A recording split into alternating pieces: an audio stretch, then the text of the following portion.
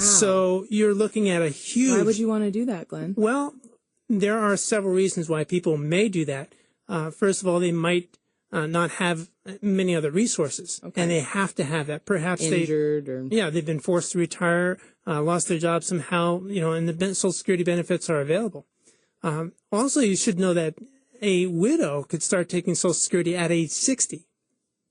So basically, what we want to do is figure out how do you design your income, right? Mm-hmm. So if your Social Security starts at age 62, that might be good because whatever's coming out of that doesn't have to come out of your investments, right? Mm-hmm. So if your investments can grow faster than the rate that the Social Security has been declined or decreased, Social Security will go up a little bit each year with inflation, but over the years, if you look at the calculation of how long you're going to receive those benefits, right, and the discount, it's pretty costly to start it really early. Absolutely. And I didn't hear a number for it. Do you have a number of the benefit decrease if a widow takes it at 60?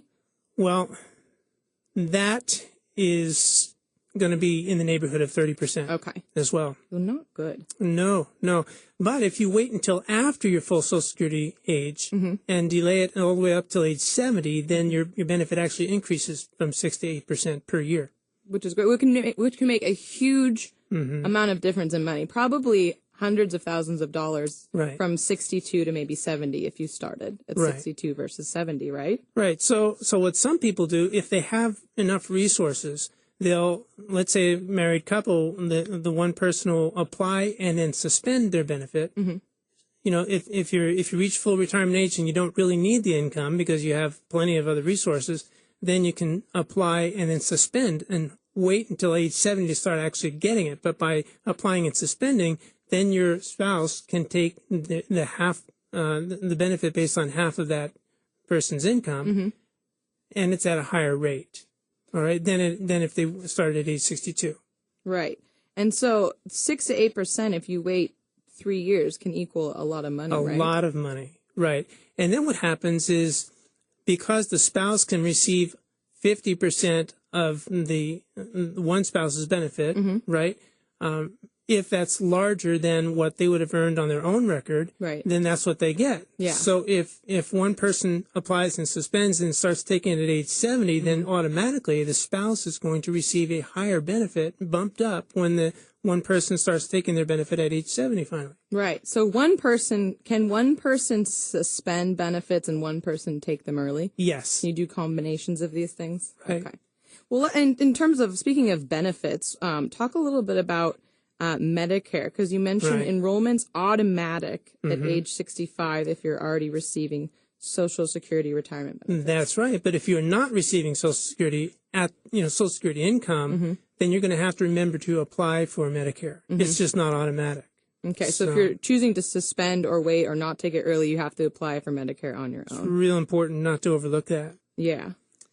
Before delaying some of these benefits, I know that there's things that you want to consider, because I can see it from both sides of the coin. I can see benefits to doing both, or at least coming up with some sort of scheme. And I think it probably depends on where you sit at financially too before considering these benefits. That's right. That's right. There are a lot of factors, like, for example, before you just decide to delay because you might not need the benefits, you want to determine, well, what are your life expectancies, like for you and your spouse? If one of you has a shorter life expectancy than what the mortality tables expect, then you might want to consider taking that Social Security benefit earlier, because otherwise you might forego benefits that you would otherwise. Yeah, especially if you have some sort of, disease or something that would cause you to have a shorter lifespan. Right. That is one real important factor. You want to, see how much of another base income is coming in from rentals, or royalties, perhaps rental income, pensions, that kind of thing. Investments that you have. Yeah. And remember, whatever you are taking from Social Security is money that doesn't have to come out of your investment portfolio. Yeah. So if the market's beaten up on your investment portfolio, it might be better to leave it in there and grow a little bit more. But there's also income tax considerations. Like, there are a lot of tax angles with Social Security. Right. At least 15% of it's going to be tax-free.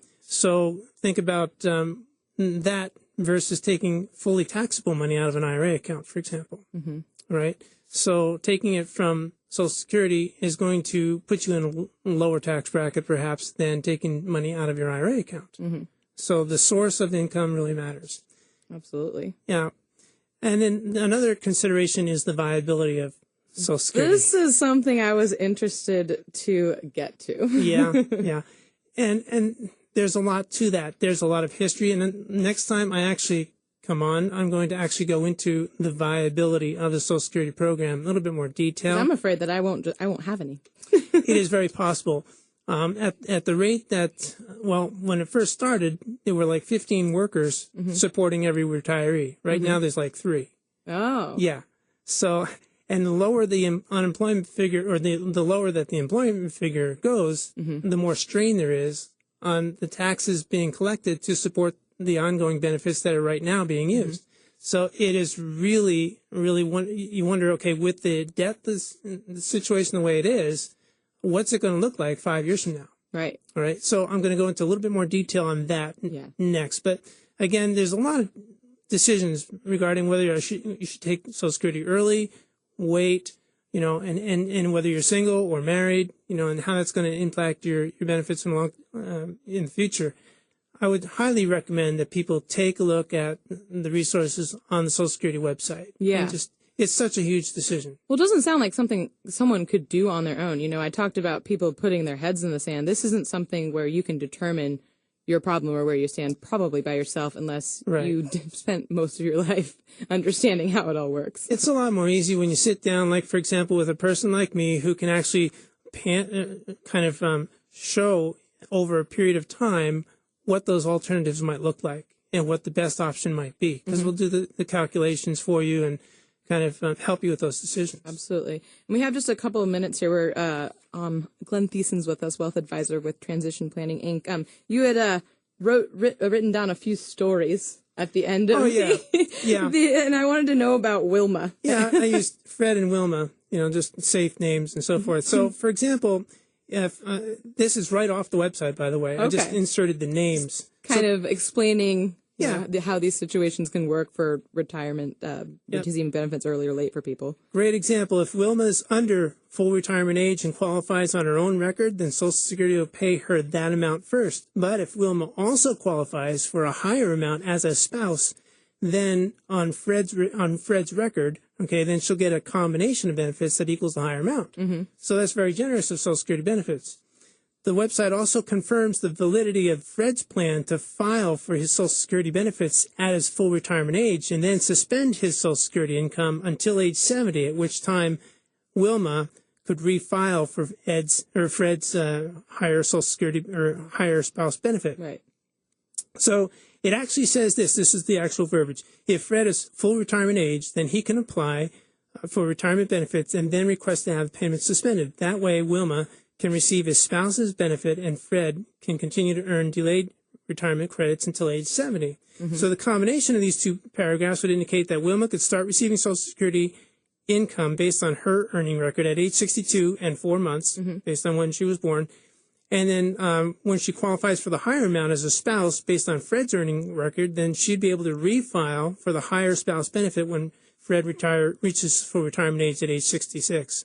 So then he files for the Social Security retirement benefit, and then he suspends his benefit until age 70. So it would seem that since Wilma would already be receiving the higher spousal benefit, then that amount would also increase dramatically when Fred actually starts taking his delayed Social Security retirement at age 70. So that's kind of how that fits together with a married couple. Right. Which is, even reading that out loud and reading it here on my own page, it's complicated. And I think that's why, just an indication of how important it is to have counseling and advice from someone like yourself on these sort of issues. It's a major decision, so happy to help people. Well, thank you. And we appreciate you being here. That was Glen Thiessen, Wealth Advisor with Transition Planning, Inc.